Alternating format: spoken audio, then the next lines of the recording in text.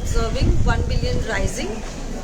Women's organizations all over are having some meeting action to highlight the issues of women. So in Goa, the women's organizations decided that we will call on the DGP, the police, because instead of just having meetings and talking about issues, we wanted real action happening on the ground.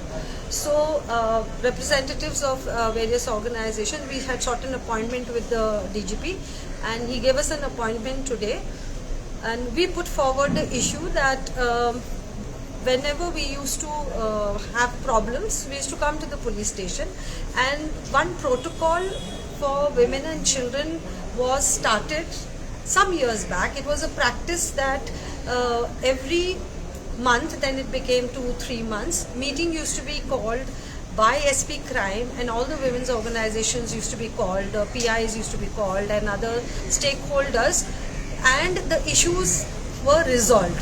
Now this meeting has been discontinued after the COVID times, and so it is. We have been putting letters after letters to restart the meeting of the stakeholders, which did not happen. So today we personally came to meet the DGP, and we gave him showed him the copy of the protocol for women and children, police protocol for women and children, wherein steps were worked out with the police and the organization.